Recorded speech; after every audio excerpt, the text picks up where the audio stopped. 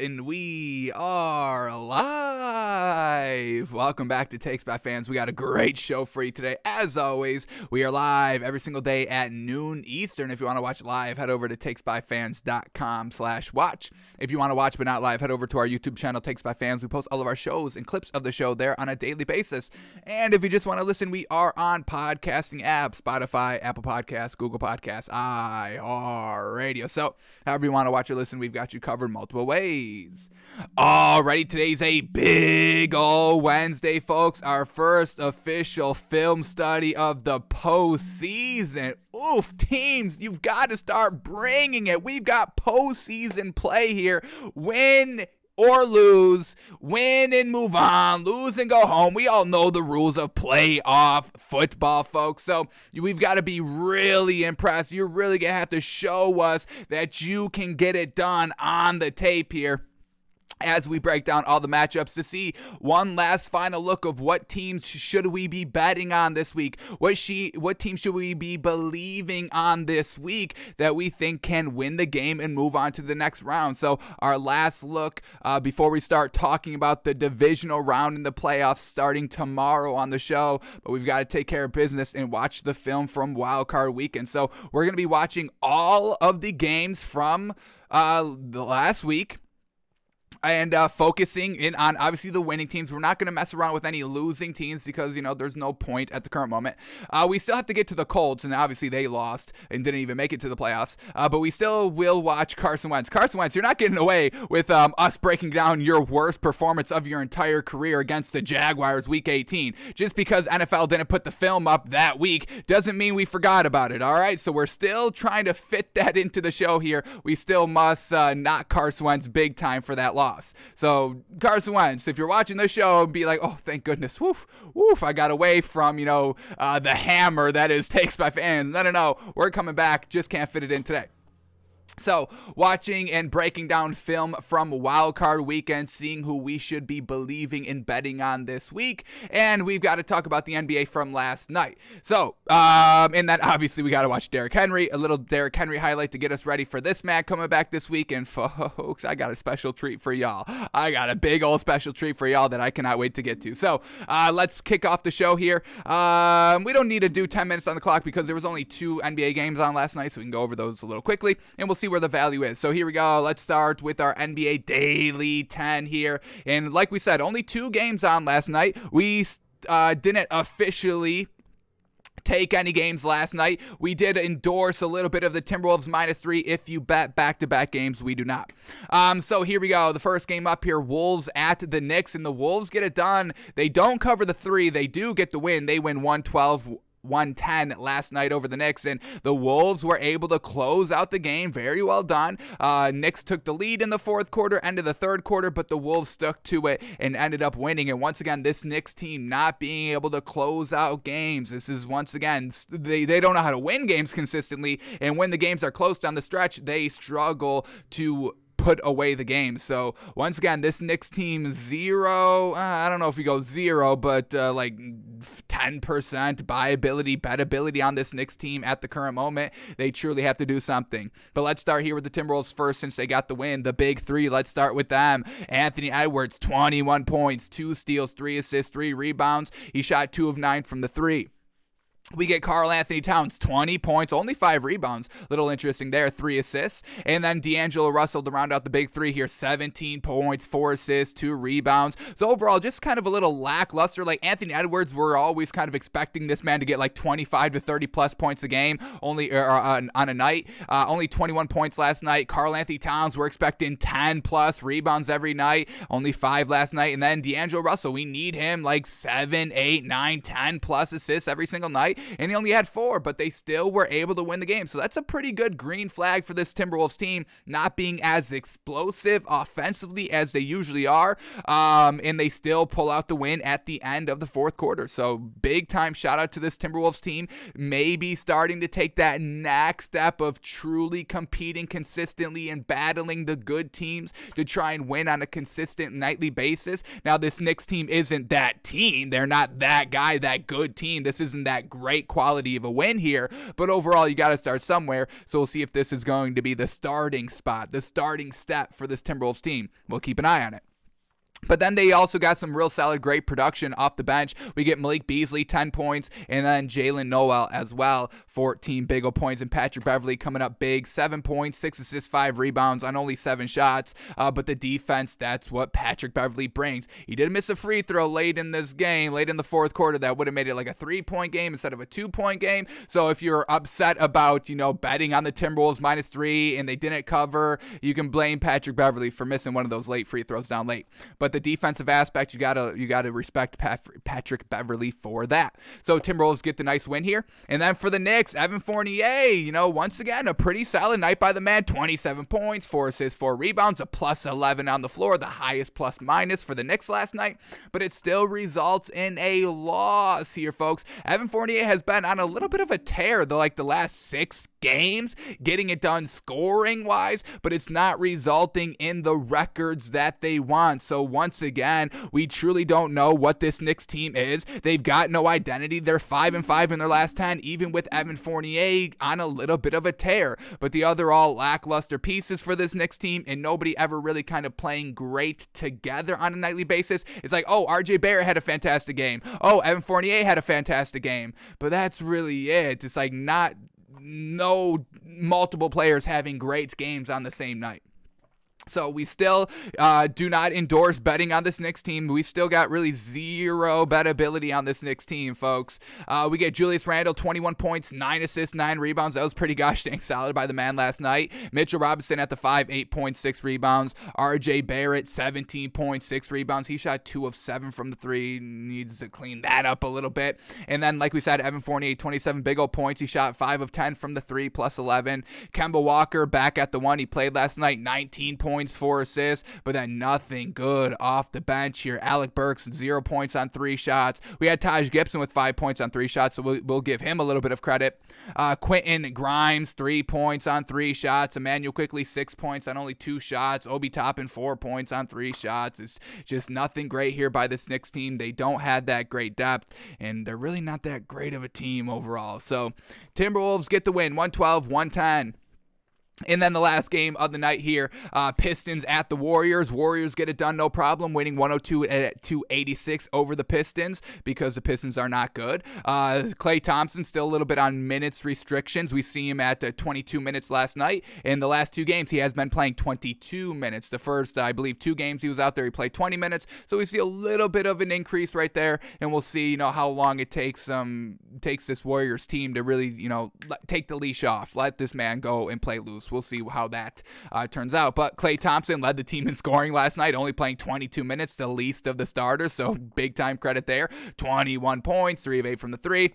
We get Steph Curry, 18 points, 8 assists, 4 of 8 from the 3. And then Andrew Wiggins, 19 points on 61% shooting, a +20 on the floor. Bingo bango, Andrew Wiggins getting it done. Still no Draymond Green last night, so Jonathan Kuminga fills in, 12 points, 10 rebounds, a +8, kind of what Draymond Green does, so we give him credit.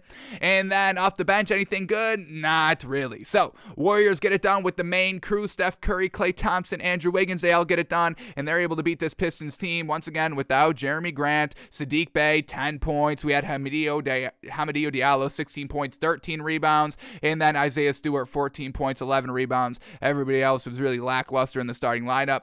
Some solid production coming off the bench here. Rodney McGruder, 19 points on 70% shooting. We'll take that, absolutely. And then Trey Lyles, 13 points, 5 rebounds.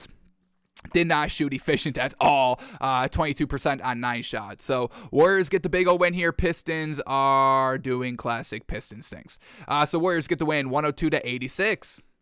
All right, that was all the NBA from last night. Only 2 lone games on. But let's see if we can make a little bit of money tonight in the NBA, folks. Tons of games on. Oof, let's find the value, shall we? All right, let's get back in it. On Martin Luther King Jr. Day, we missed most of our bets there. We did call the Heat, though. Bingo, bango. We didn't take the holiday into consideration on those early games. We didn't bet any yesterday, so, let's see if we can get back on track. Normal day, 7 o'clock. o'clock games, classic, no holidays. So, this is where we shine when no holidays can factor our game. So we're looking to hit tonight, folks. We're looking to hit tonight. Let's see where the great value is. So here we go. First game up.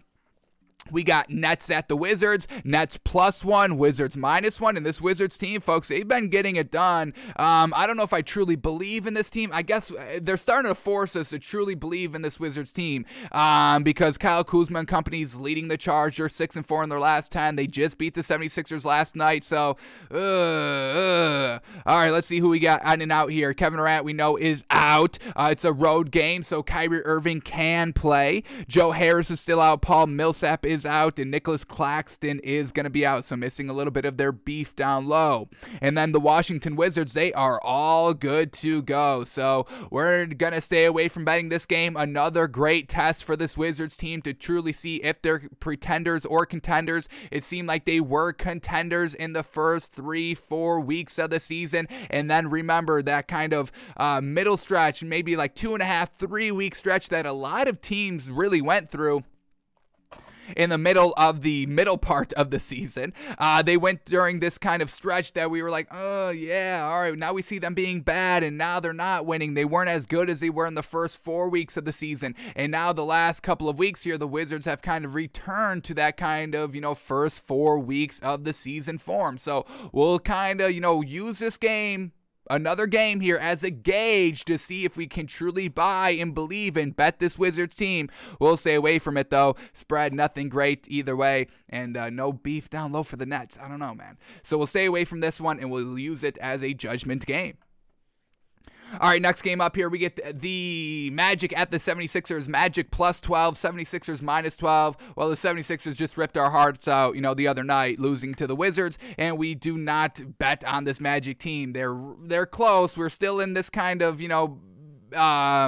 we're still in this analyzing phase of if we can buy this Magic team with a lot of points or not. So no great value. We're going to stay away from this one as well. Next game up, we got Hornets at the Celtics. Hornets +3, Celtics -3. Alrighty, I think I like the Hornets. 7-3 in their last 10. They're truly showing that they can get it done. Kelly Oubre Jr., a game-time decision. And then for the Celtics, Marcus Smart, a game-time decision as well. We've been betting against the Heat a while now, but they're 7-3 in their last 10 as well, and maybe they're starting to turn the corner. So I do like the Hornets +3, but the way that the Celtics team has been playing as of recent, they may start to become the real deal. So we're going to stay away from this game as well, and we'll use it as a judgment game for the Celtics team. Are they the real deal or not? This is going to be a great one. It's on ESPN. Ooh, it's on ESPN, 7:30 primetime game. I think we have to bet this one. No, given that it's on national television, this should be a game we pick. No.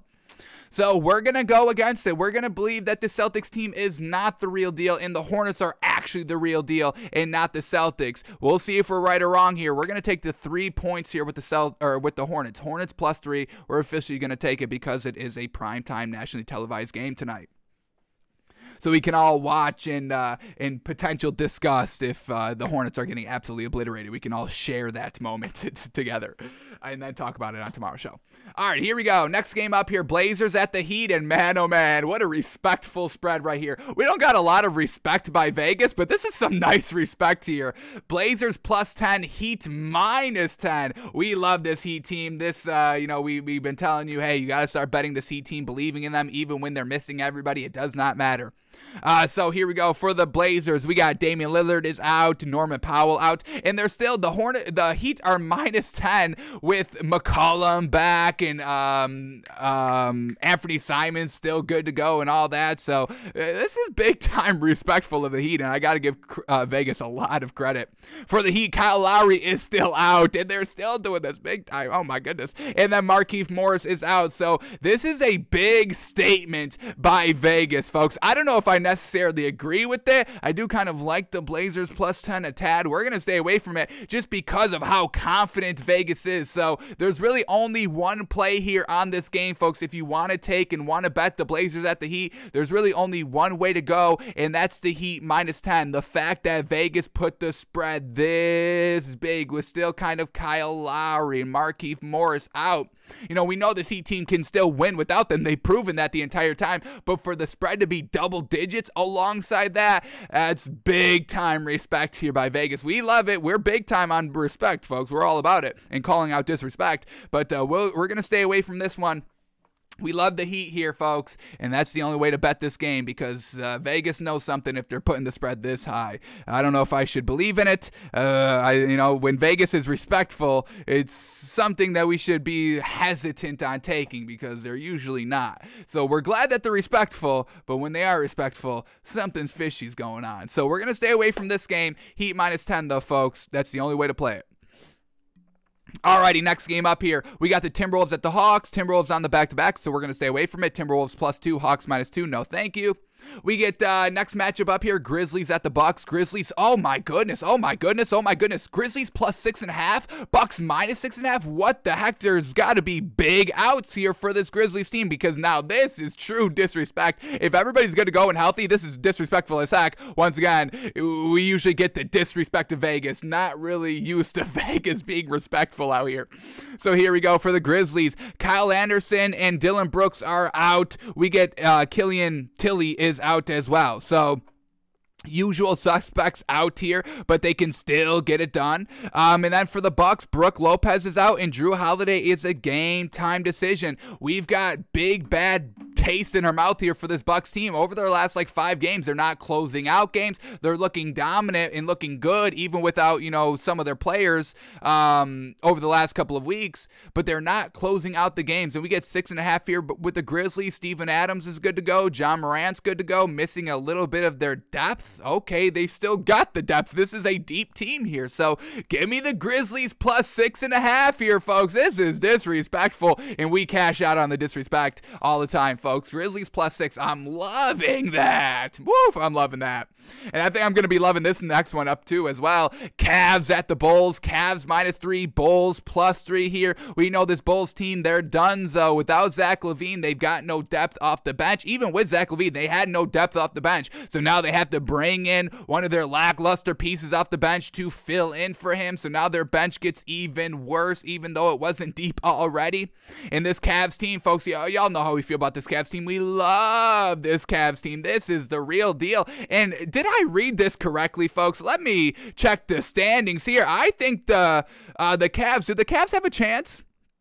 Oh my goodness. The Cavs have a little bit of a chance here, folks. If they win this game, they'll probably still be the 4th seed, but they're only a game and a half out from the number 1 seed. That is the Bulls. So this is a huge game for the Cavs to win and prove that they can win and potentially, give it a week, folks. This Cavs team may be the number 1 seed in the Eastern Conference along with the Miami Heat. How crazy would that be? Shout out big time to this Cavs team, but let's see who's all good to go. So Rajon Rondo is still out, and then everybody else is good to go. For the Bulls, we get Javonte Green is out. Alex Caruso's a game time decision. They're definitely going to need him out there. Zach LaVine out, like we know. Derrick Jones Jr. out. And Lonzo Ball is out as well. Now, we do like Kobe White here, but just overall, everything is lackluster with the Bulls because their offense took a hit with Zach LaVine being out. So we'll swallow the 3 here. Cavs -3 on the road. We're feeling great betting the Cavs tonight. Love it. Love it. Alrighty, still more game. Oh my God, tons of games on tonight, and we've already got 3 great values picked out, folks, so let's keep it going here. Next matchup up here, we get Raptors at the Mavericks. Raptors +3.5, Mavericks -3.5 here. Let's get the ins and outs. We've got to see if this Mavericks team is the real deal. They're 9-1 in their last 10, and like I said, I don't love how they win games. When I watch them, I'm just like, This team's 9-1 in their last 10. How the heck is that? There's no ball movement. There's no continuity in their offense. I just don't love it, but it's winning. So can we really knock it at that point? And this Raptors team, 7-3 in their last 10, took a little bit of a hit over the last 3-ish games, not looking as consistent, as dominant. Fred VanVleet is finally not scoring 30 points a night out here. Still solid production, though. So for the Raptors, Gary Trent Jr. is a game-time decision. And then for the Mavericks, Maxi Kleber is a game-time decision alongside Reggie Bullock. So we're going to stay away from this game and just use it as a judgment game. This is going to be a great kind of matchup for both of these teams to really see what they're made of. 2 really good emerging teams out here, and we'll see which one is of the better. All right, then we get the Thunder at the Spurs. Immediately staying away from this one. Thunder plus 7.5, Spurs minus 7.5. Two bad teams, two really, really bad teams. We've got no business on betting. There's really no business. You've got no business betting on either of these teams, folks, all right? That's how you know you have a little bit of a gambling problem. If you're a Thunder fan, if you're a Spurs fan, you have the exemption. But if you're looking at all the matchups tonight and you're like, oh, I'm taking the Thunder and the Spurs, that's when you know you have a gambling problem, okay? Please do not bet this game or ever. Do not bet these two teams ever for the rest of the year. All right, then the next game up, we got the Rockets at the Jazz. Rockets plus 13.5, Jazz minus 13.5. Way too many points to swallow. We love the Jazz. They're deep, all of that. We're going to stay away from it. Then we get the Clippers at the Nuggets. Clippers plus 8. Oh, my God, more potential disrespectful value. Holy moly. Clippers plus 8, Nuggets minus 8. Now, y'all know we don't bet this Clippers team because no Paul George, and I'm sure them being plus 8, he's still not good to go here. So Paul George, Kawhi Leonard are still out. Everybody else good to go. But to get 8 here, they're still winning games and being competitive without Paul George. They just beat the Pacers the other night and put up 139 points. That was really good. And we know this Nuggets team, they don't got anything good themselves. So we're getting 8 points here. I think I love it, folks. Bol is out. They don't play him, but that's been recent news here. He's going to be out for a couple of weeks. But everybody else is good to go there for the Nuggets that can play.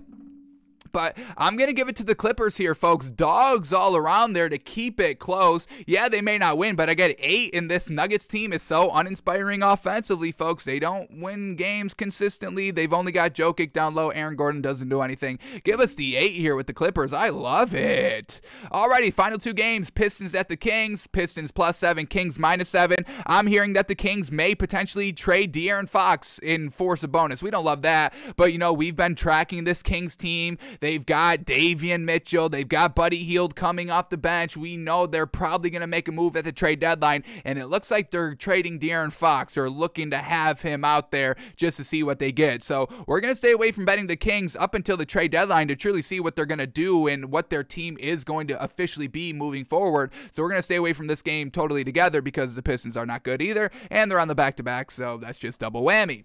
And then the final game of the night. Yes, folks, we finally arrived. The final game of the night here. Pacers at the Lakers. Pacers plus 5.5, Lakers minus 5.5. This Pacers team just lost the other night, which they shouldn't have. Once again, to the Clippers, you should not have lost that game. Once again, classic Pacers being classic. In this Lakers team, yeah, they just won their last game, but they don't got Anthony Davis. That's no bettability there. So Pacers plus 5, Lakers minus 5. No, thank you either way.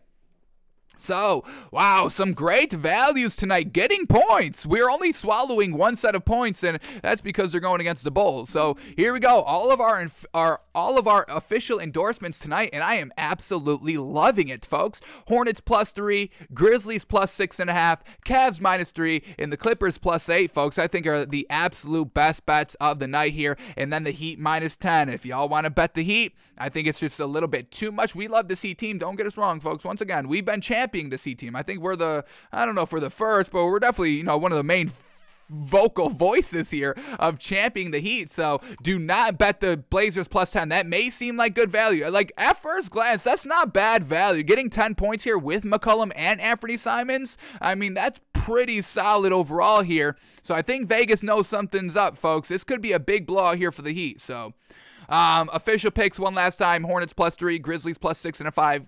Plus 6.5, Cavs minus 3, and the Clippers plus 8 tonight, folks. Loving it, feeling absolutely great about all of those. Alrighty, that is all the NBA we had to go over for today. So now let's shift gears to the NFL. And before we break down the film study and getting into the nitty-gritty of wild card weekend and seeing what teams we should be believing in and betting on this week, who got it done last week, we got to get our daily dose of Derrick Henry because the man is coming back. Now, we started our daily dose of Derrick Henry yesterday, and we heard from Mike Vrabel, okay, you know, we're going to get Derrick Henry out here. We're going to see how it goes. And then we got the press conference yesterday by Mike Vrabel, and once again he said, quote, we'll see how he handles the work with contact and make a decision on him later in the week. So that's not great that we're not hearing, you know, oh, he's 100% good to go. Of course he's gonna play all that. We're still getting kind of classic you know, walk around talk, not wanting to give the Bengals the full game plan to truly, you know what they have to prepare for and go up against. So Mike Vrabel is still keeping it a little bit obscure, a little still, what's the word I'm looking for? Still keeping it a little bit ambiguous if Derrick Henry is good to go or not. But are y'all ready for the bonus little treat that we have? Because we have the most recent video yesterday. Derrick Henry back out in pads and in practice. So let's see, does Derrick Henry look like he's good to go this week, folks? Is Mike Vrabel truly telling the truth or playing a little bit of the game? Is Mike Vrabel playing the game here, folks? I think he may be playing the game here a little bit. Just go out there and tell everybody, hey, he's ready to go, and you better be ready to be with him, because this man's coming to the playoffs, and he's going to be the main man, the main offense. We're going to run the ball 45 plus times. You should just announce, hey, Derrick Henry's good to go, so you better be preparing for him, and maybe even, be like the Bengals. Hey, we'll give you an extra leg up on the competition. Derrick Henry is playing. Mike Vrabel had the confidence to do that because Derrick Henry will take care of business regardless. But he's playing a little bit of a game. Yeah, we'll see. He hasn't practiced in a while. We got to put him in the pads when we'll see. Of course, Derrick Henry's going to be ready. So here we go. The 25 seconds of practice footage that we just got from Derrick Henry last night. Let's see, is this man ready to go? Here we go. Catching the ball. Fantastic. They're trying to hit it out of him, and then two defenders smack him to make sure he's holding onto the ball, and Derrick Henry blows right through him. No problem. And then he's even talking some smack after. Once again, the big hit right there. Looking good. More contact right there. Taking hits. Feeling good about it. Derrick Henry exploding out of his stance, running into two defenders, looking good, looking great, looking like big, beefy, dominant Derrick Henry. So, of course, he's going to be good to go this week, folks, okay? We're not falling for the little game, and we're not going to be playing the game. We will not be participating in the game that Mike Vrabel is trying to play here. Oh, yeah, we might go, we might not. We're not really sure at the current. He's good to go. He's here. He's arrived. He's back in. It's absolutely fantastic watching this man back out there. Pads with his team, hitting, getting hit, trucking through players, catching balls out of the backfield. Everything is absolutely fantastic here with Derrick Henry. So, yes, Derrick Henry is back, good to go here. But let's see. Once again, it's still a little fuzzy. Yeah, we get a little bit of, I kind of get it. Yeah, Derrick Henry's great and all that. But is he really as great as we remember? Or are we just kind of, blowing smoke up this man, inflating his head a little bit? Is this man as good as we remember? So let's take a little bit of a trip back to week number 5, where Derrick Henry ran for 130. Hang on, let me get these stats up here. These official numbers. Can't do it on NFL.com because, once again, that website's trash and not working. So we had to go to YouTube for these highlights, but hey, the highlights are here. So back to week 5 against Jacksonville, where the man ran for 130 yards and 3 touchdowns. Did he get it done, or did he let the Jaguars play spoiler to them like the Colts allowed? Jonathan Taylor allowed the Jaguars to spoil the Colts. Will Derrick Henry allow the Jaguars to play spoiler to the Titans? Let's find out to truly see which is the better running back, Jonathan Taylor or Derrick Henry, right? Derrick Henry doesn't lose against the Jaguars. Jonathan Taylor does. What does that tell you? Alrighty, here we go. Derrick Henry, show us what you got and what we should be expecting there on Sunday. First run, and this is what we saw yesterday, folks. Just taking it 3 to 7 to 10 yards every single run. We had no explosive runs in week 2. Let's see if we get the explosibility of Derrick Henry, or if we're just getting consistent. Take it to ya. Ground and pound Derrick Henry. So the third play up here, another run going just for 3-4 yards. They're up a point here, just controlling the game, controlling the clock here. Another run here in the first quarter, taking it, keeping his legs moving, getting 7 yards, and then they're on the goal line. What do you do here? The easiest call in all of football. Derrick Henry from the 1, and that's just too easy. Looking at the blocks, patiently waiting, making his cut, and then making his move. And look at this, Urban Meyer, he can't even take it. Urban Meyer groveling on the sideline. He's upset on the sideline. This really what started the downfall of Urban Meyer in Jacksonville. It was all Derrick Henry. So not only is Derrick Henry the greatest running back in the history of the NFL. He's getting the garbage coaches out of here. We all knew Urban Meyer was really not going to make it here in the league, but they did their game. Once again, these coaches doing these games out here.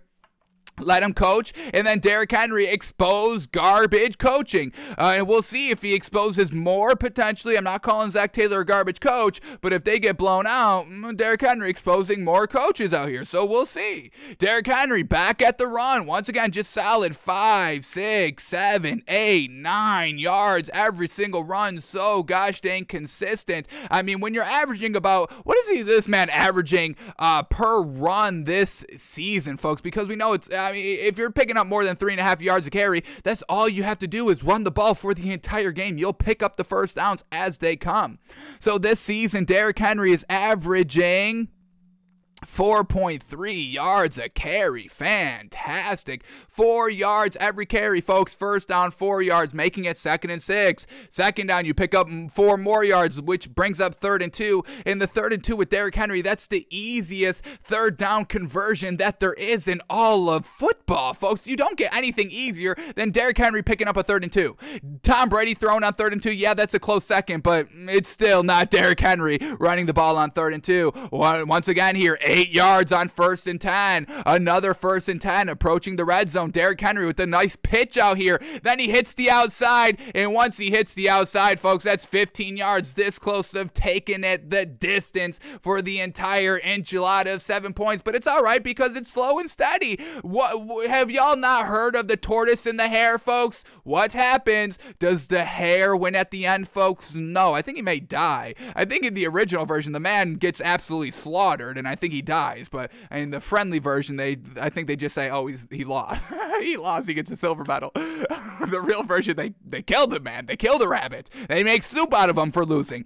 Hare soup, tortoise soup. Those are 2 soups out there, folks. And the loser got made into some soup. Derrick Henry's no hair. The man's not soup, folks. The man is the tortoise. The tortoise with speed. Could you imagine a tortoise with speed? That's the most undefeatable weapon in all of everything, folks. Could you imagine a tortoise coming at you full speed? It's game over. So that's Derrick Henry, a fast-as-heck tortoise. He's going to get it done tortoise style, only picking up 8. I mean, folks, look at this. This is it. This is a tortoise being fired out of a cannon. Folks, this man just ran 9 yards, hard as heck. This man braced for impact at the 5-yard line and didn't get touched the entire time. He was waiting for the hit, and it never got there because nobody wants to tackle this man. Look at this last defender, the safety up top. He kind of dodges out of the way. He has a chance to make the hit, and then he makes a business decision to turn his shoulders and be like, nope, I'm not. He's got it. He's got it. The tortoise is going to get it done, whether from the 1-yard line or the 10-yard line. So let me make a business decision here and just, whoop, yeah, I'm not going to tackle you. You got it. Derrick Henry's got it. Look at this, folks. The hole.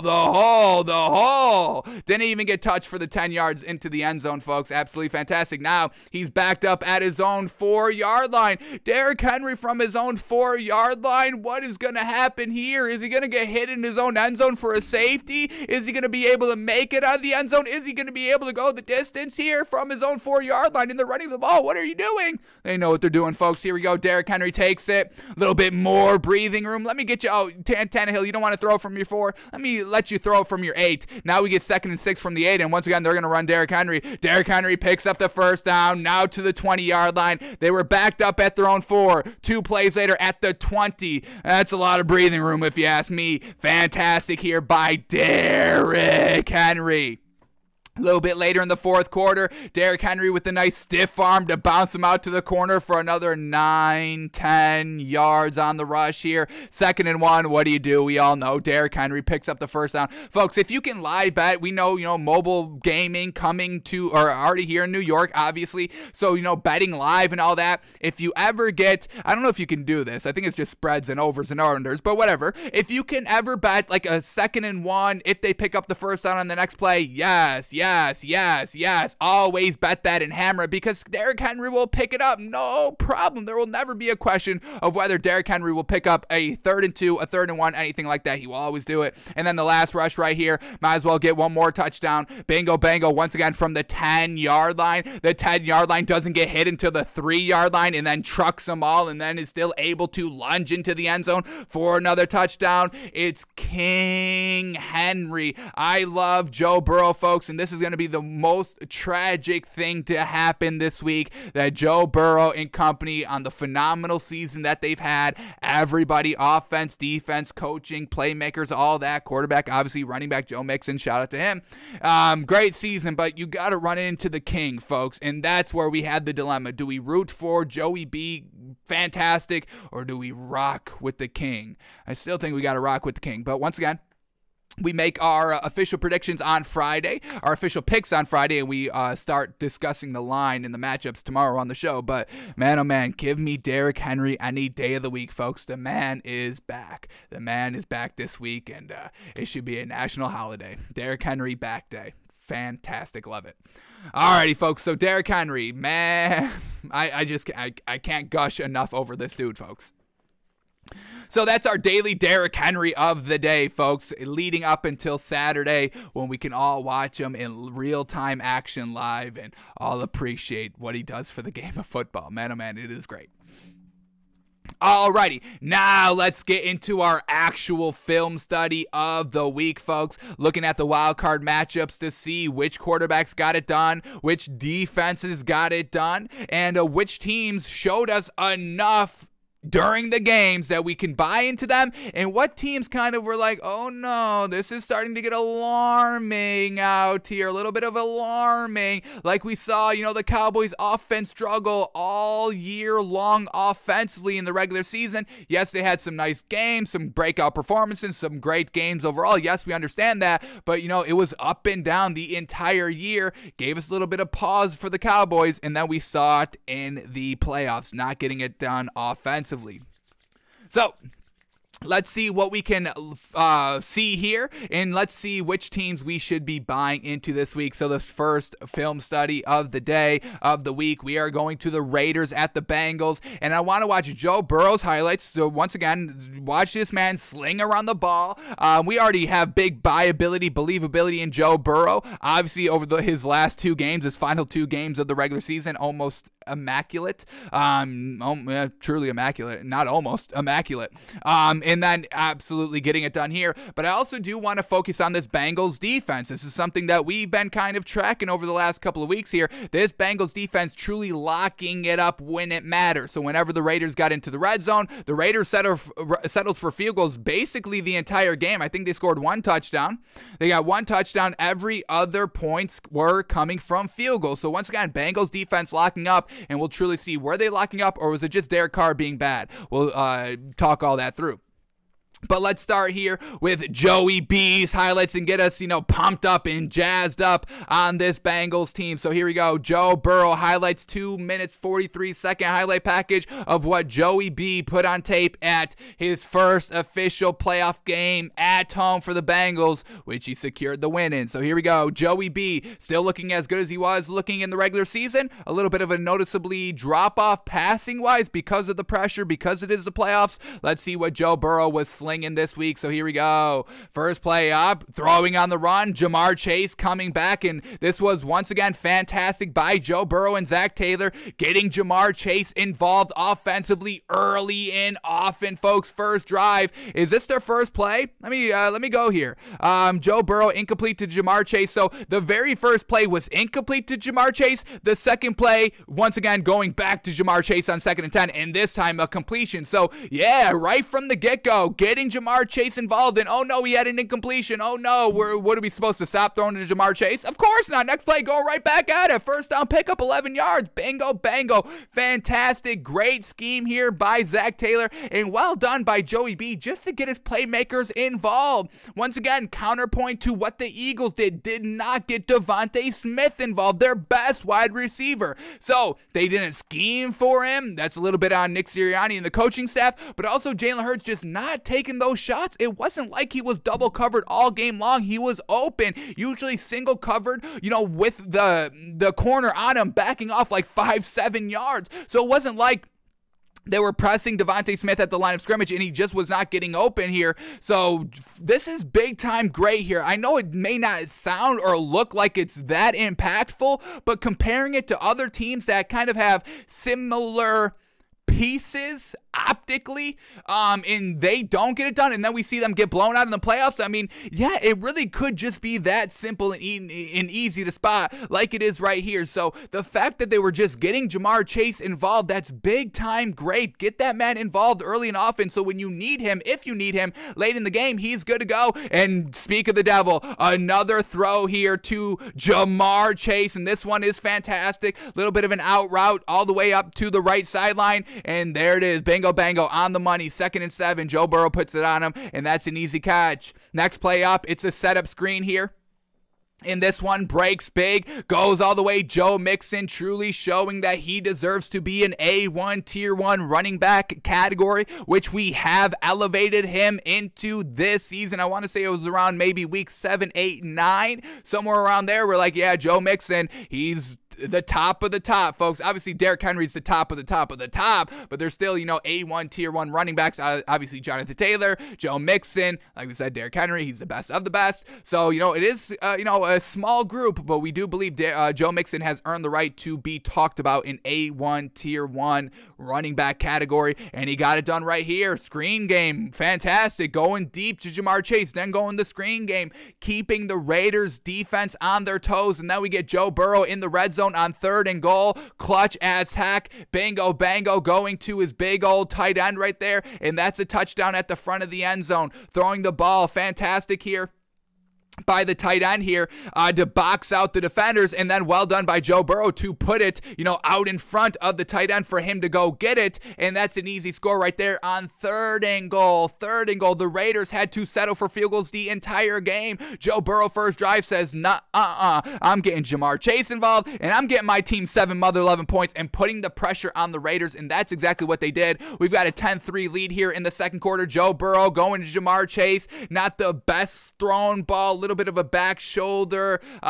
We get Jamar Chase, maybe a little bit of a push off, but still testing these corners, testing the defense all throughout the game. That was the biggest mistake the Eagles made, not testing the defense right from the get-go. They try to do the screen, try to do the read options right off the rip, but it was not working.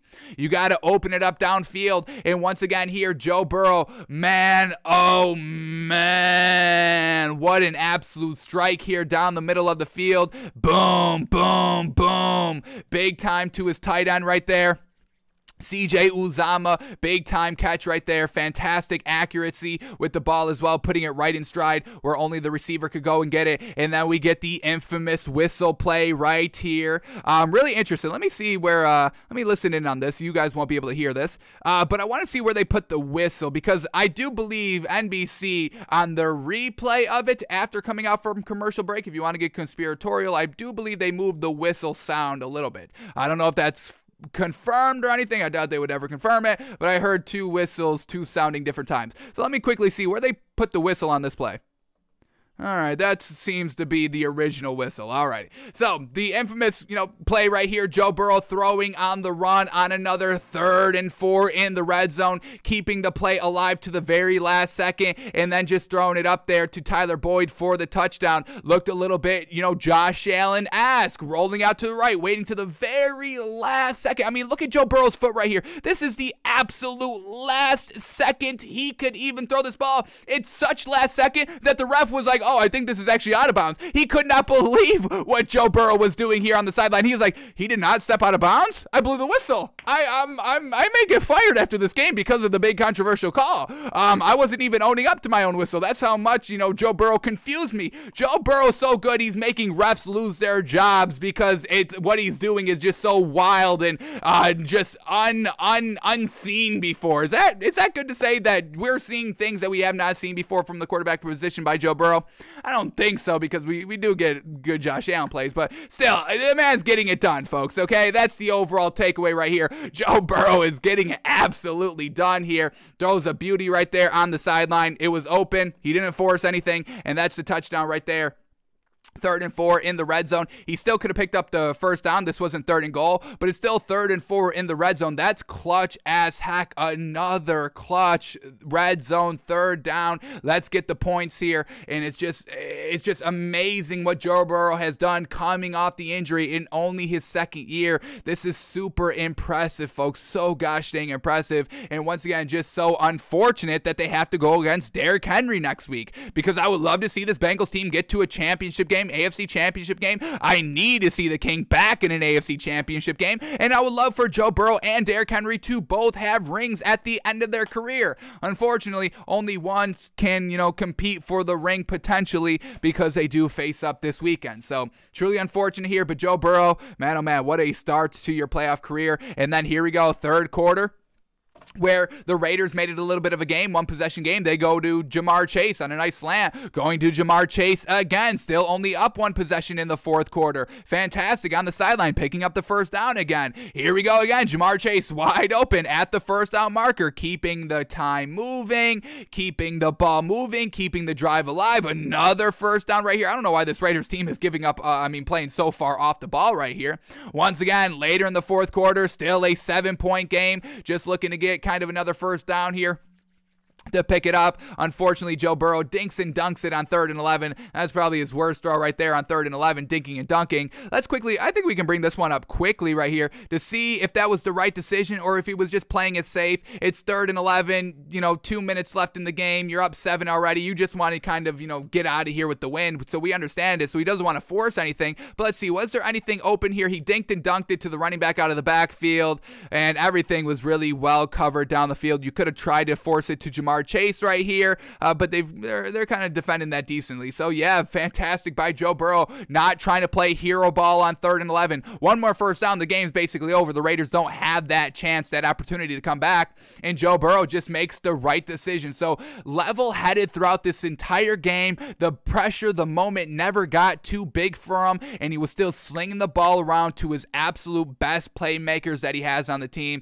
and all that is a recipe for success, as we see the Bengals get the win 26-19. So just so gosh dang impressive here Joe Burrow was, and we got to give him a lot of credit. This is going to be a tough game to call this week, and I'm already dreading talking about it, predicting the spread. I don't even want to predict the spread because I don't even want to be disrespectful to either of these players because they're so gosh dang good, Joe Burrow and Derrick Henry. So man, oh man, I'm not really looking forward to tomorrow, folks. I'm going to tell you right now, I don't even want to talk about this game. I really wish it was Bills, Bengals, Chiefs, Titans, or any of the combination of those, just because I would like to see Bengals and Titans in the AFC Championship game. I don't want to see this meeting and these two players, unfortunately, maybe not get the chance to play next week, man. Okay. Oh, man. Joe Burrow, folks, so great. So gosh dang great. Respect the dude. Respect the kid. A comeback player of the year. Absolutely 100%. That's already wrapped up. The man's fantastic. All right, then the other thing I want to do quickly right here is just look at this Bengals defense. Why did all these drives stall for the Raiders? Was it just them not getting it done? Was it Derek Carr being unclutched like we know Derek Carr is? Or was it truly this Bengals defense locking it up when they need to? So let's take the kind of third downs, the last drives in these field goal drives to see how they locked it up. So let's start right here. Let's go to 2nd and 5 right here after a penalty. 2nd and 5. Let's see what the Raiders can do.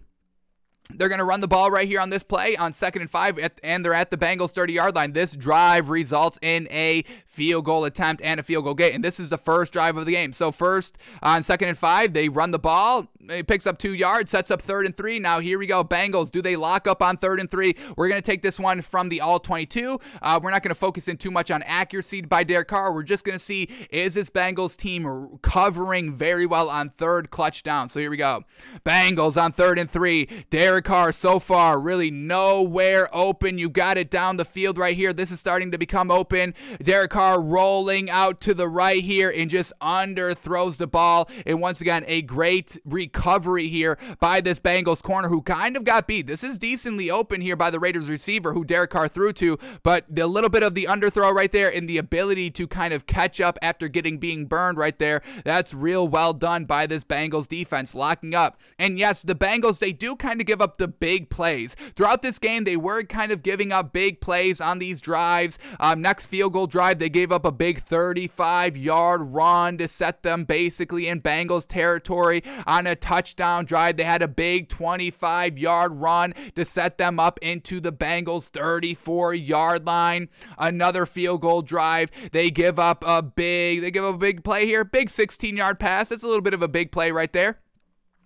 And then on this fourth quarter field goal drive, we get a big 13-yard pass. No, big 26-yard pass from the Raiders' 44-yard line, getting them to the Bengals' 30-yard line. So they do give up some big plays here and there. But once again, the Bengals defense locks up in the red zone. When you approach really kind of from the 30 to the goal line, that's when the Bengals truly lock it in and lock it up. And that's fine. I've got no problem with you kind of gambling a little bit. So you do give up the big play here to set the opposing team into some, decent field position in your territory now. But the ability to lock it up, folks, defense wins championships right on the goal line, folks. We've seen it before. Russell Wilson throwing the interception on the goal line. Yes, they gave up big plays and all that, but the Patriots defense locked up when they needed to. And this is kind of what we saw from the Bengals all game long here against the Raiders. We just saw right here, they have to settle for the field goal. Let's go to another field goal drive right here.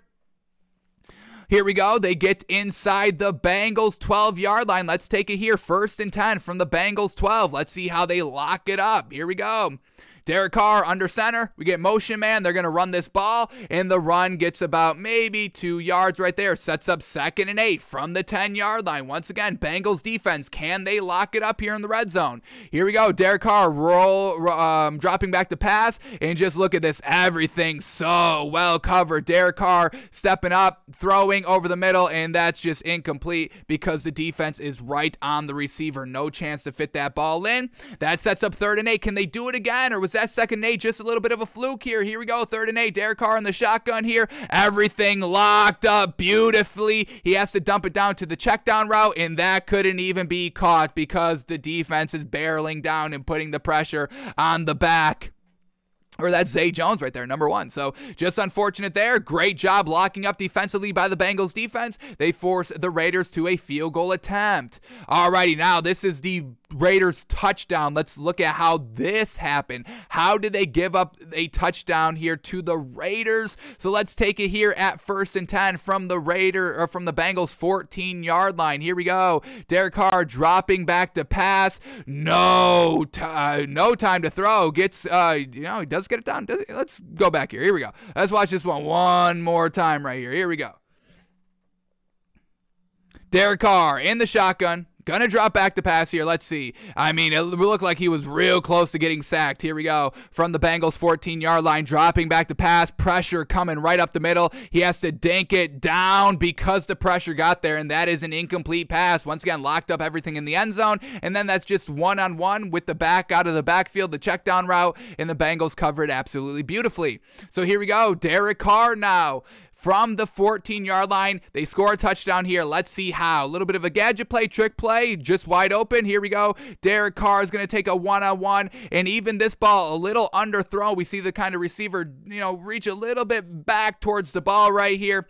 It is good, though, and Derek Carr just slung the ball where the receiver could go and get it, beat the defender a little bit, and that's going to be a touchdown there for the Raiders. But that was the only touchdown. They only had one little misplay right there, and that's all it had to take for the Bengals to get scored upon. But overall, they came and re-locked them up. That touchdown was in the 2nd quarter. Then they come out of halftime. They force field goals for the rest of the game as well. And then let's end it right here on the game-winning interception. Locking up right here. Once again, down 7, 4th and goal from the 9-yard line. Derek Carr tries to sling it. And once again, this Bengals team, they double covered the receiver right at the front of the goal line right there where Derek Carr was trying to force the ball into, and that's just an easy pick, easy deflection, and that is game time for the Bengals. So Joe Burrow getting it done, absolutely fantastic offensively, and then this defense for this Bengals team locking up in the red zone. Yes, give up a couple big plays here and there, but they're ready to lock up. They get scored upon, ready to re-lock up and not let it get away from them. They keep everything in front of them. They keep the game in check, and for that, this Bengals team is going to be a tough opponent for this Titans team next week. Big time needs, you got to start respecting this Bengals team big time, and we'll see if Vegas respects this team with what they put the spread at tomorrow, folks, because honestly, the spread should be -3. Chiefs, Titans -3 at home, Bengals +3 for being on the road, and at that point, we still don't even know what the heck to take. So, Bengals win 26-19, looking good offensively, defensively.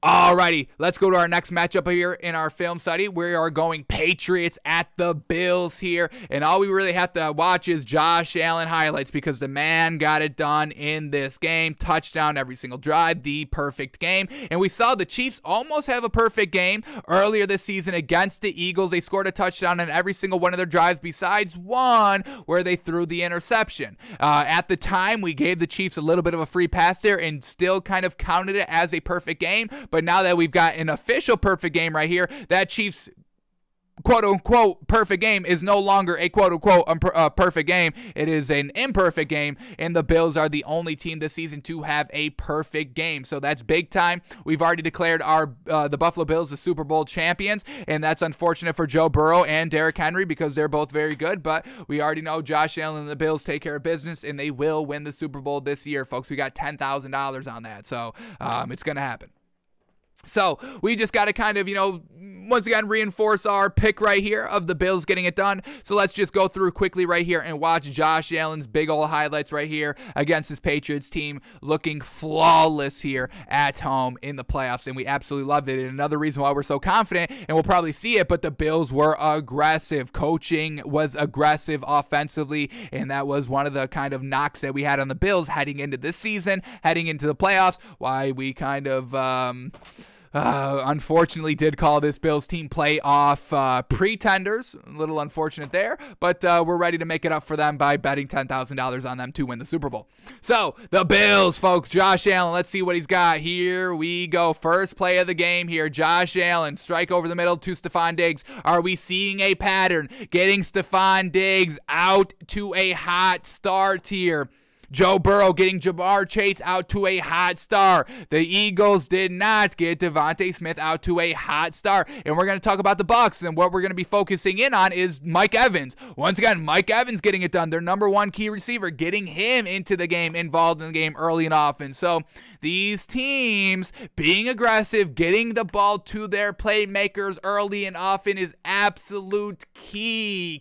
So if we see any teams not doing that as we progress through our film study, they're not going to have our endorsement, and we're not going to pick them to probably win, and probably won't pick them to have a favorable spread when we do predict to the lines tomorrow on the show. We're not going to do that because we're seeing other teams that are getting their stars involved early and often. So this is another big time, fantastic green flag, green light to bet the Bills $10,000 to win the championship, right?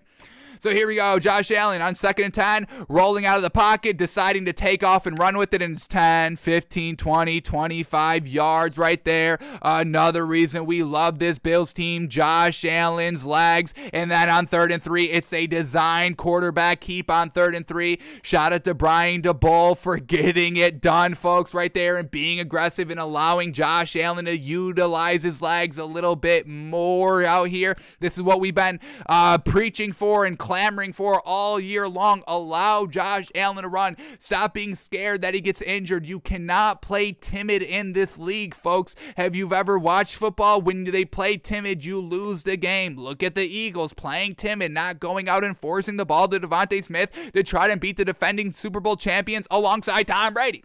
So I just don't, what are we doing playing scared? That's not going to get you anything. Not playing scared or playing scared gets you a loss, and not playing scared and your quarterback getting injured also result in a loss. So try to win with having your quarterback run the ball. So another huge credit to Brian DeBull, folks, getting it done. Josh Allen on the run on 3rd and 3 to pick it up, kept the drive moving here, and then Josh Allen rolling out to the right, doing his best Joe Burrow impression right here, holding on to the ball to the absolute last second on the boundary right here, right before he goes out of bounds, and then flinging this one in the back of the end zone. Josh Allen was kind of saying, hey, I was just trying to throw this one away, but this is actually one of the best throws I've ever seen Josh Allen make. So if your best throw is something that you didn't mean to do, I probably would have kept that to myself. But overall, a fantastic throw right here. And then Dawson Knox in the red zone, where they absolutely love to utilize him and exploit the matchups right there. Dawson Knox doing absolutely fantastic and representing tight end university to the fullest extent right there, jumping up and getting this ball for the touchdown. Just Dawson Knox, he's gonna be there. He will be there. And when he's in the end zone, another green flag on this Bills team. They're starting to truly get it done in the red zone, scoring touchdowns, not having to settle for field goals. And that's credit to Josh Allen's legs and credit to the great tight end that Dawson Knox is in the red zone. So once again, huge green flag so far, and that was only their first drive and their first points of the game. And then we get Josh Allen going to Dawson Knox again here in the regular field, not in the red zone, so shout out to that. Then we get him at midfield. Josh Allen, plenty of time to throw this ball, staying tall in the pocket at another time where we kind of like the tall quarterbacks now. Look at how he stands tall in this pocket. This offensive line at the bottom of the screen, he gets beat and he has to hold on to it, but Josh Allen still stands tall, even though this rusher's right in his face. Stands tall, plants his feet one last time, and lets the ball fly a little bit underthrown, a little thrown behind, but it's so wide open that even if he throws a little behind, Isaiah McKenzie is still able to hang in the air enough to hold on to the ball for it to get there. So, and then we get Josh Allen in the red zone again, and a strike over the middle to who? Dawson Knox, big old tight end right here for the Buffalo Bills, and that's a huge piece, man, oh man, exploiting and going to everything that they did well in this game. That's why we're so big on this Bills team. Every worry that we had for the Bills heading into this game, it was all wiped away because they were doing everything we wanted them to see. Utilize Josh Allen's legs more, getting it done in the red zone and not settling for field goals, going to Dawson Knox, getting Stephon Diggs more involved in the offense. They did everything, being aggressive, another thing that we needed to see. And then we get Josh Allen running the ball here, not fumbling. He's cleaned that up so gosh dang well, folks. That's not an issue we have to worry about. Oh, we don't want Josh Allen running because we don't want him to get hurt. He doesn't get hurt. He's 6'5". He's a big beefy boy, folks. He'll be fine. Oh, we don't want Josh Allen running because he fumbles the ball. No, he doesn't. Maybe his first 2 years. He definitely did his first 2 seasons. We talked about it last year, heading into the season last year. We talked about that, and we even saw Josh Allen fumbled the ball there early on last season. In like maybe the first 3 games, we saw a little bit, maybe like 2 fumbles, and we were a little concerned. But ever since like week 3 of last season, he's cleaned it up and has really rarely fumbled ever since then. So that's really not even a narrative that we should be talking about it anymore. Josh Allen fumbling, because it's an old narrative. It's done. He's overcame it. He's so much better now. That's not Josh Allen. The first 2 Josh Allen years are nothing like we've seen the last 2 seasons. So we've got this new image of Josh Allen, and it's way better than what it was, and thank goodness it was, because that was really bad his first 2 years. But then we get the big throw right here. Josh Allen still has the cannon arm that we haven't even talked about. Josh Allen has a cannon right here. He's going to launch this one from his own 25-yard line and get it all the way down to about the 30-yard line right there. So what do we got? 45 yards. That's clean, easy, out in front to Stephon Diggs. So hitting his big-time target on a big-time throw down the field, making him happy, keeping him happy, and keeping the defense off balance. So Josh Allen, a couple of plays later, can run the ball and slide just short of the first down. But, you know, we haven't really seen that by Josh Allen, to really slide like that when he has so much more room to potentially run right here. So once again, it's just Josh Allen being smart when he needs to. He's so cerebral, folks. You can trust this man. You don't have to hold Josh Allen back because he knows what he can and can't do, what he can and can't get, and he will always make the smartest decision, even though it may not look that smart while he's doing it. The man knows, folks. He's cerebral. The man is smart. Give Josh Allen his credit. Give this man his dues. This man was all over the field last week, and it was absolutely fantastic. Here we go, 3rd and 4. A little bit of a check down here on 3rd and 4, but just picking up the first down, taking what the defense gives you. We've got no problem doing that. We've got no problem making the smart play. And then Josh Allen loading up for the deep ball. This one's just too easy. Emanuel Sanders getting into the mix as well, and this is going to be a huge as well. We would love to see Emanuel Sanders step up his role a little bit more to truly compete with Stephon Diggs. And we kind of know, with the Cardinals and Kyler Murray not having his number 2 receiver up to par in the playoffs, AJ Green, and not having DeAndre Hopkins, not having your number 1, so you have to focus on your number 2, and your number 2 doesn't give you anything good. So goodness forbid Stephon Diggs cannot play in a playoff game. Emmanuel Sanders, we still have big time believability that he can be the number 1 man, and that him and Josh Allen have the chemistry to make big time plays down the field, like this one on 1st and 20 in the second half. Josh Allen launching it from the Patriots 45-yard line, getting it to the end zone. I mean, that's 45 yards clean as heck right there. Bingo, bango, perfect accuracy to Emmanuel Sanders. Alrighty, what else do we got? There's more. How is there more highlights? A nice little dink down to Dawson Knox, getting it done. 7, 8, 9 yards. Fantastic. Keeping the drive moving. Still 3rd quarter. Josh Allen, look at this man stand in the pocket. This is what we're talking about. Big quarterbacks and why we're done with the small ones, folks. Josh Allen knows he can take a hit, knows he can stay in the pocket to the very, very last second because he will be able to survive the hit, survive the pressure, whatever it is. Look at this edge rusher, or just look at this free rusher coming off the edge here by the Bills. Does he flinch? He knows the running back. I believe that is, who do we got there? Is that, Hang on. They don't run the ball, so that's why their running back names are eluding me. Devin Singletary, that's it. Devin Singletary coming over. Josh Allen knows Devin Singletary and trusts Devin Singletary to get there to make the block, because this looks free range, a free hit on Josh Allen. But Josh Allen sees it. He's looking right at it. He does not flinch. He does not trust Devin Singletary to make that block, to keep him upright so he can make this beautiful ball that's going to come out of his hands. So any small quarterback would have ran at the first sign that they saw that rusher coming in and try to escape it and try to maneuver in the pocket to avoid it and not trust their teammates right there. But Josh Allen does, and then he slings the ball side-handed to Cole Beasley for the first down pickup. It's just, everything is just so freaking like, this is the best performance I ever saw by the Bills, folks, and they've been good the last 2 seasons, last season, this season.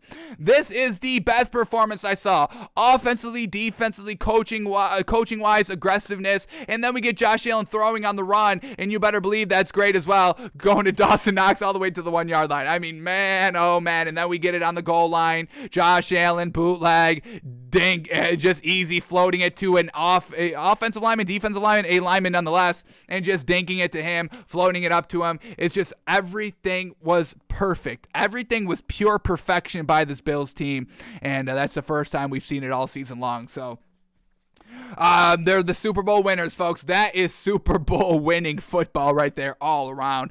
Absolutely perfect by the Bills, and they are, if they, hopefully they don't make me eat these words after I'm about to eat the words I've already said, but this Bills team is making me eat my words, and I cannot be happier about it. I've got no problem. Once again, we're always trying to get it right. Obviously, nobody wants to be wrong. I'm not saying things that are wrong out there on purpose. We truly believe 1,000% in every word that we say, every kind of bet that we pick. We don't say things that aren't right or aren't true on purpose, folks. That's not ours. We don't go for likes. We don't go for shock value. I don't care about that. I've got no interest in any of that.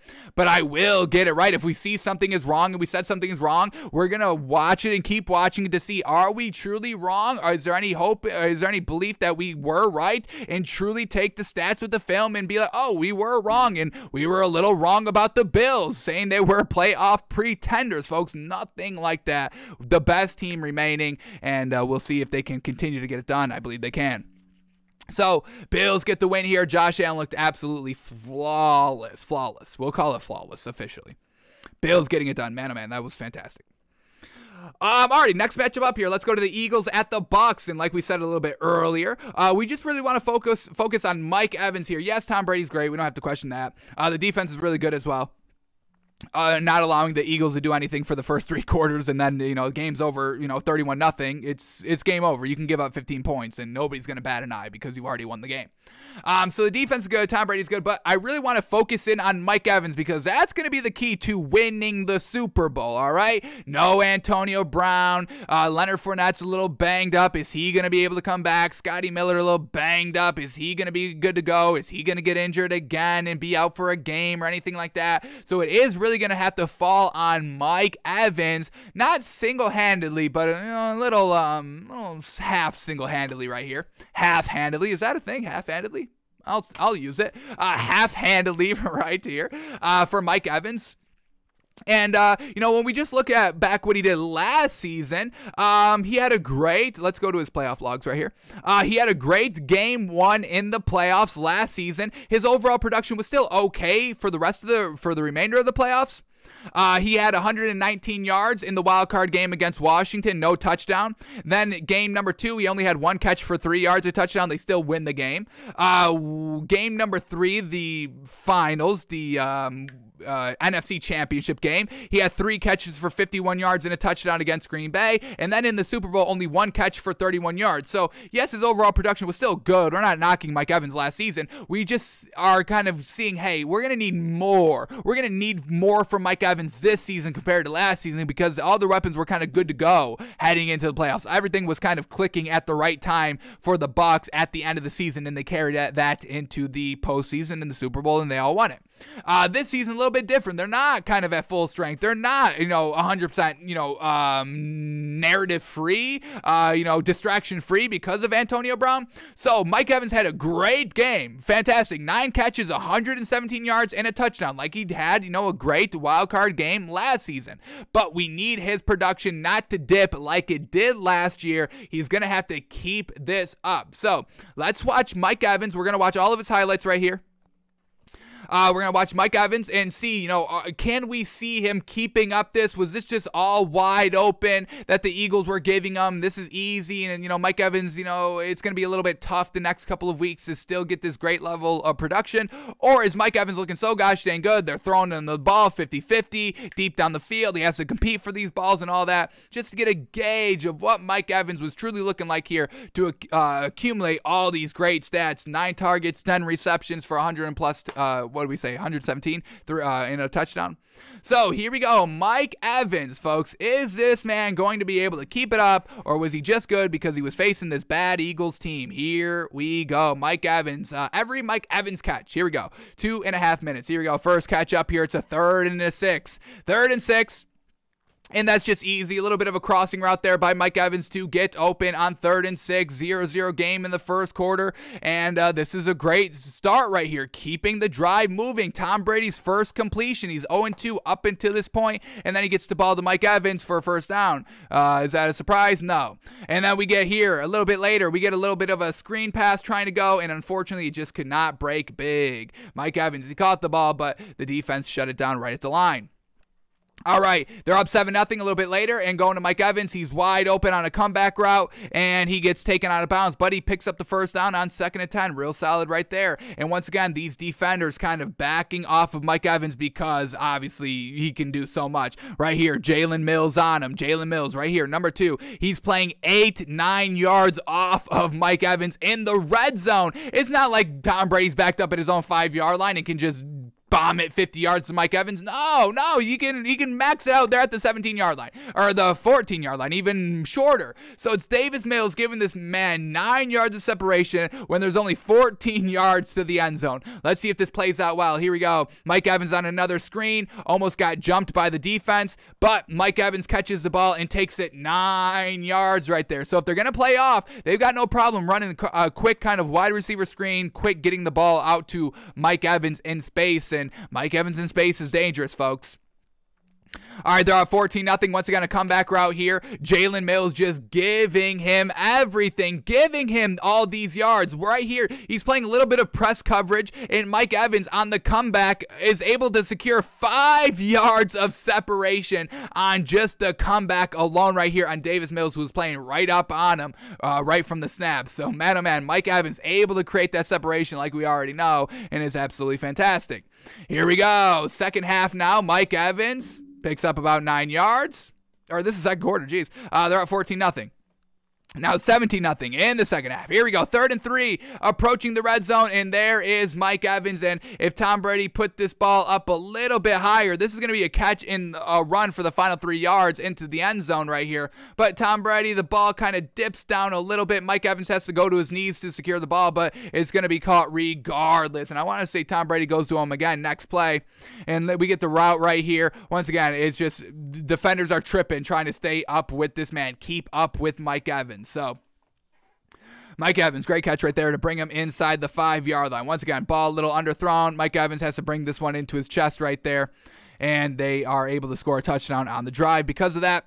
Then here we go a little bit later. Tom Brady wanting to go deep to Mike Evans, and he catches it. They can't bring him down, and there's the big touchdown catch, the 35-yard, 36-yard officially touchdown catch here by Mike Evans. Once again, able to get 2-3 yards of separation. Tom Brady puts it on him, and when Tom Brady puts it on him, he can stay on his feet and take it into the end zone. Not like what we just saw where he had to go down at the 3-yard line because Tom Brady didn't put it on him. But let's watch this route right here. Mike Evans going up, gonna cut into the middle of the field, safety on him, makes a little bit of a move right there, and then it's just the speed, and it's game over. You got 2 yards of separation. Defender tries to make a last-ditch effort on the tackle. Mike Evans, long, lanky, can stay on his feet. Big time great. And then here we go, another wide receiver screen. Jalen Mills makes a great tackle right there. So the wide receiver screen didn't really pan out too well for the Bucs in this game. Always kind of, the defense of the Eagles were always able to kind of wrap it up on Mike Evans. So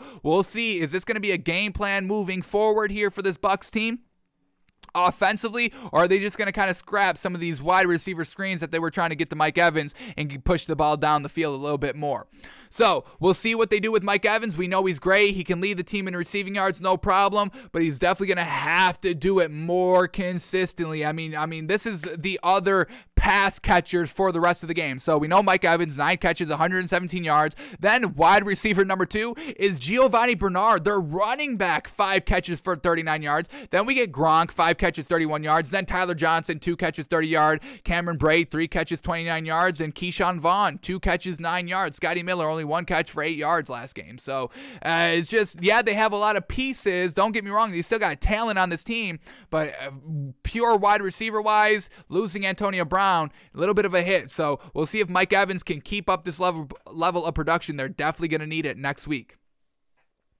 What do they got? The Rams. We got 49ers, Packers. So Bucs, Rams. Oof, it's gonna be a tough one. We know that Rams defense is great. They're good corners, safeties, linebackers, defensive linemen. So Mike Evans is truly gonna have his work cut out for him. Probably going against Jalen Ramsey, win against Jalen Mills right here. So Mike Evans gonna have to keep it up. Need big old production for this man.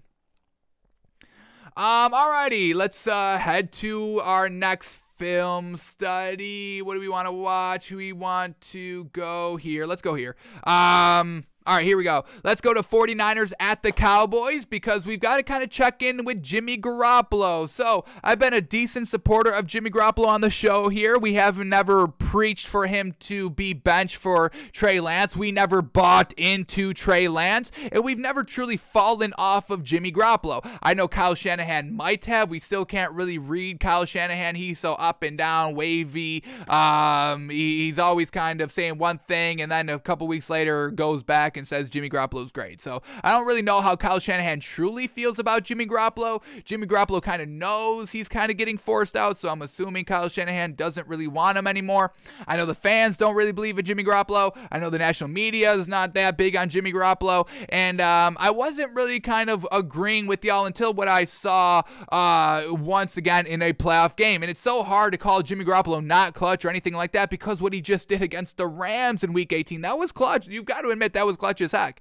But then in the playoffs, in the Super Bowl, when he made the Super Bowl, couldn't get it done in the second half. And then in this game against the Cowboys, really almost beefed it in the second half. Yeah, they only put up one touchdown in the second half, but Jimmy Garoppolo threw an interception, almost had another turnover as well. So I want to watch Jimmy Garoppolo here in the second half. Why did all these drives stall? What did Jimmy Garoppolo look like in the second half? Was it just great defense by the Cowboys breaking up these balls? Was it just Jimmy Garoppolo being absolutely garbage? So we've truly got to keen in on, because I truly don't know what to make of Jimmy Garoppolo. He pulls it out in the clutch, and then he doesn't. But he did it in a Week 18 game on the road when they needed to win. That's clutch as heck, but he couldn't do it in the Super Bowl when they needed to win, obviously. And you couldn't really get it done here on the road against the Cowboys when you needed to get it done in the second half to keep up, because the Cowboys were starting to come back offensively in the second half.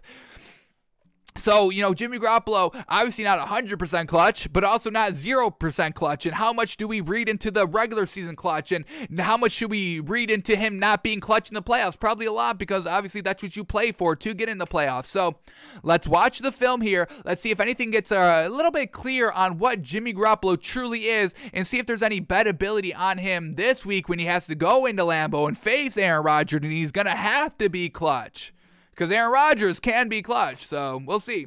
And if Jimmy Garoppolo's thrown 3 interceptions like Tom Brady did in the NFC Championship game last season, I can guarantee you Aaron Rodgers is not going to lose to Jimmy Garoppolo, who threw 3 interceptions. He'll lose to Tom Brady, who throws 3 interceptions, because he's the GOAT, but he's not going to do it to Jimmy Garoppolo, who's going to get beat out by Trey Lance, who's not good himself. So I can guarantee Jimmy Garoppolo is going to have to be on his bullshit, his A-game bullshit here, if he wants to try to upset Aaron Rodgers and the Packers.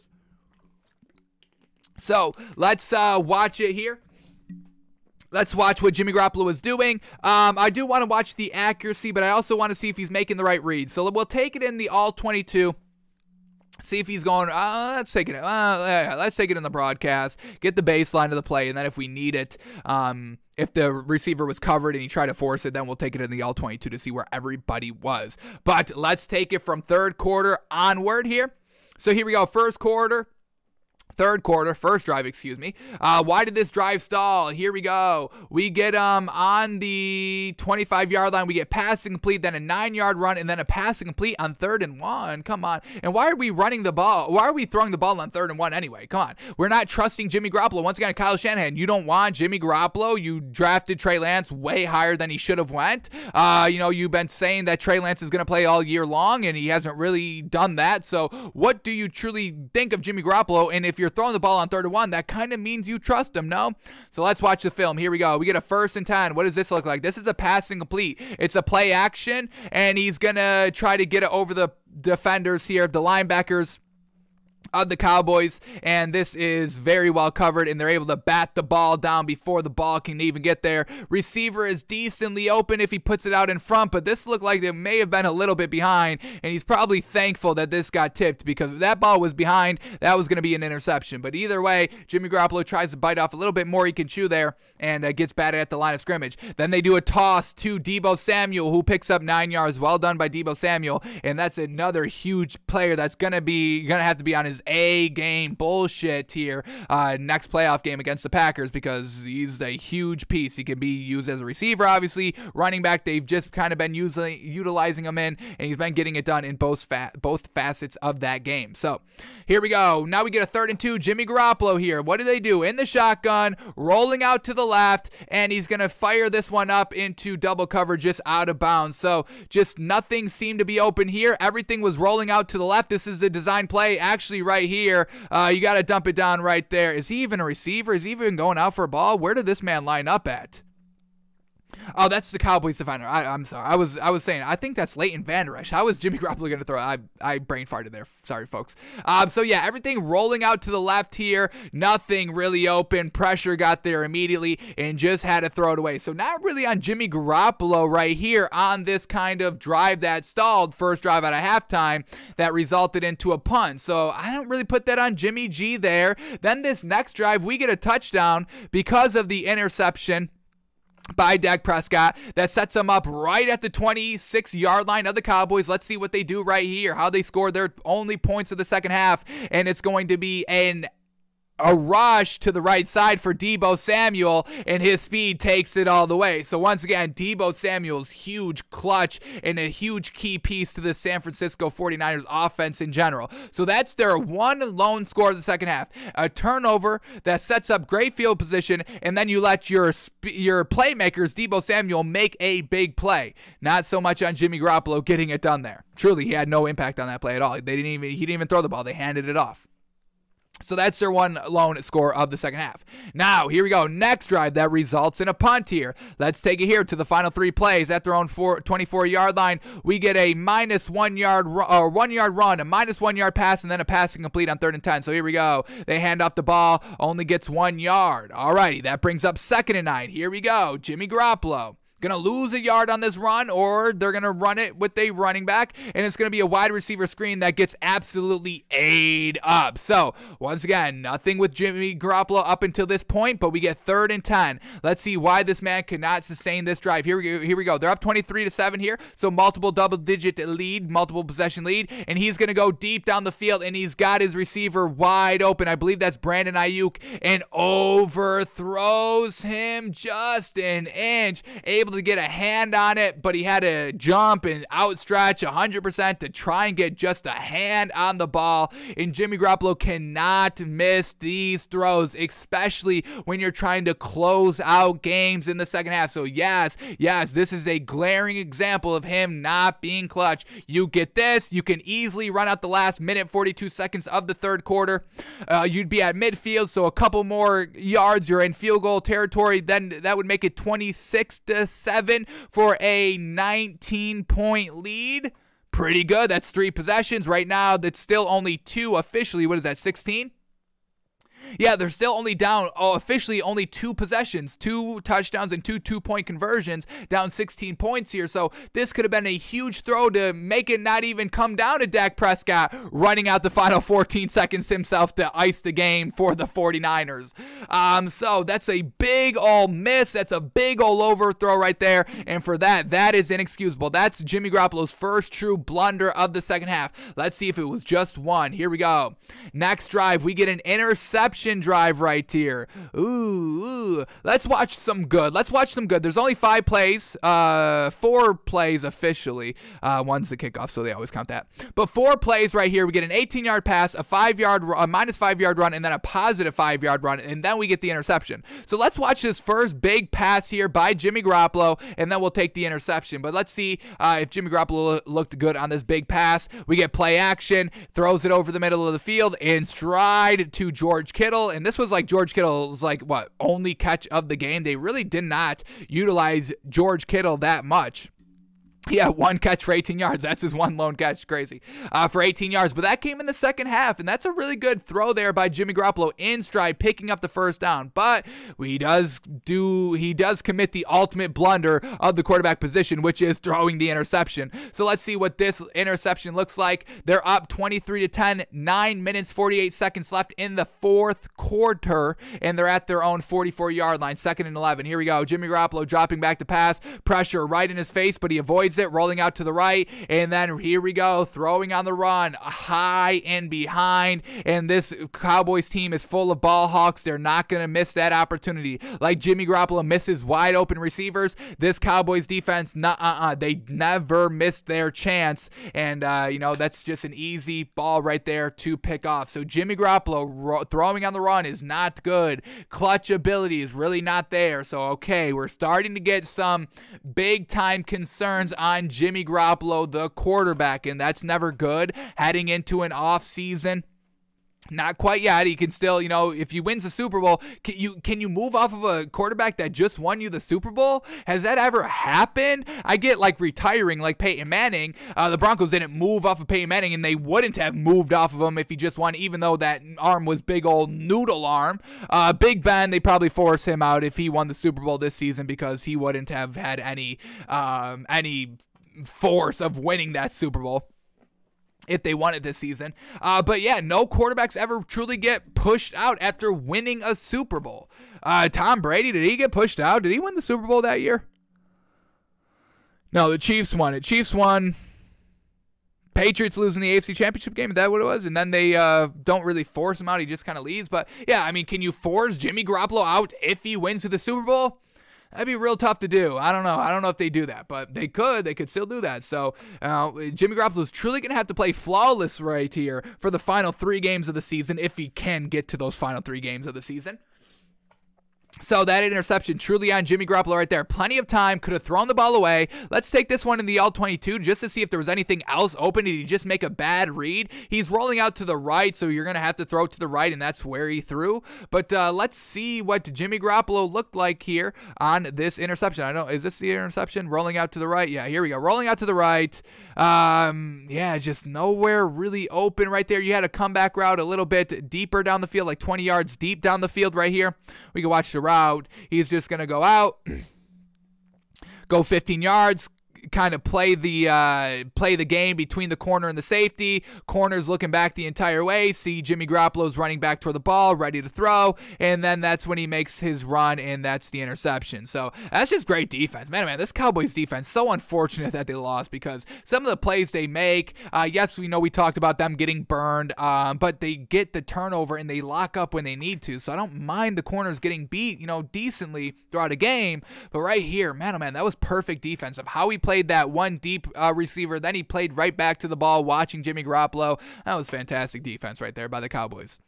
All right, but let's keep it up with Jimmy Garoppolo. So after the interception right here, let's watch. Can we find where was the play that was potentially a turnover? Do they show that? All right. Don't know if I'm going to be able to find it quick, so we won't really bother with it. But, another potential turnover right there. Never, playing into his clutch ability. But here we go. Let's see how this drive stalled that resulted into a punt here. Let's take the final couple of plays here. So here we go. We get 1st and 10 at the 49ers 42-yard line. Once again, trying to ice this game. Cowboys, let's get the score right here. Here we go. Cowboys, what do we get? Cowboys down 1 possession right here.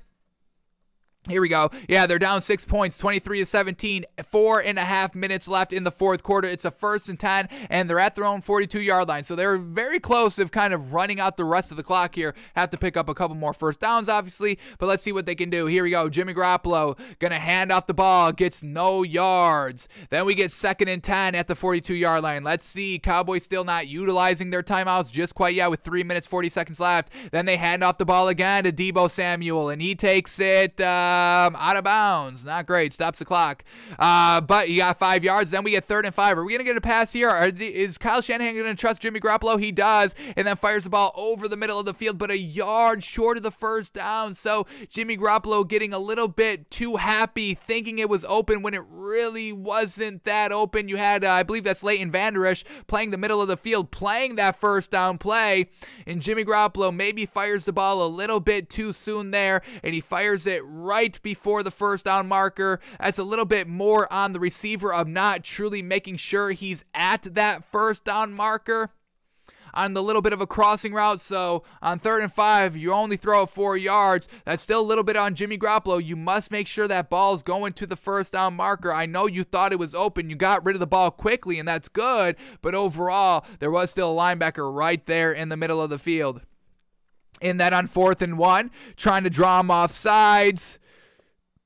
They take the timeout.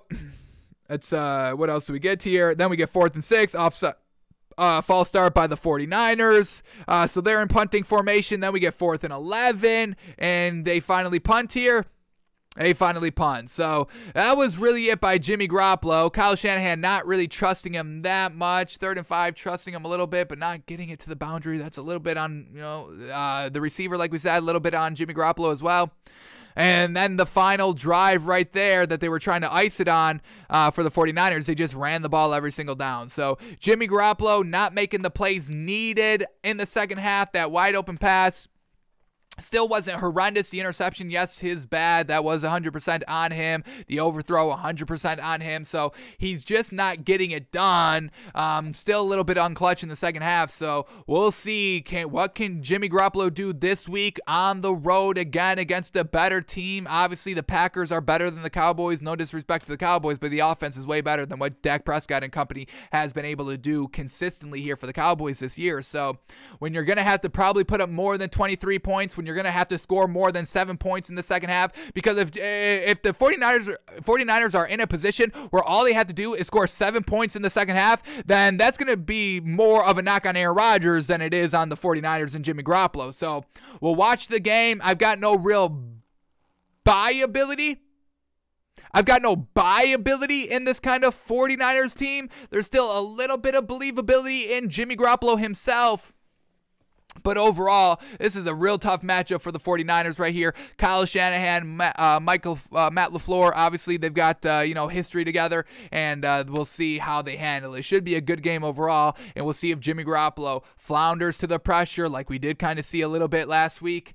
That interception, that was real bad. That's in that overthrow, man, oh man. So I'm starting to see what y'all are saying, folks. I think I may start to come around a little bit on the not on Jimmy Garoppolo side, but there's still obviously more games to go. We don't have to, do anything finite at the current moment. And obviously, when we get more information, more bodies of works, we can still, put that into context and all that. So Jimmy Garoppolo, yeah, I'm a little concerned. I think that's where I am at the current moment of Jimmy Garoppolo. I'm concerned for the man.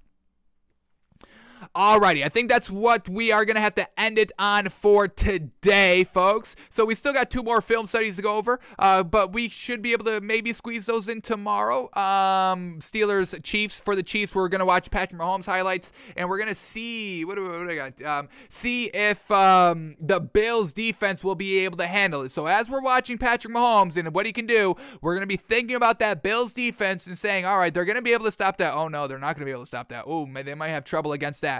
And then, that's going to give us a nice, thought on what we should be betting on and predicting next week, or for their wild card game, or not for their division rounds, excuse me.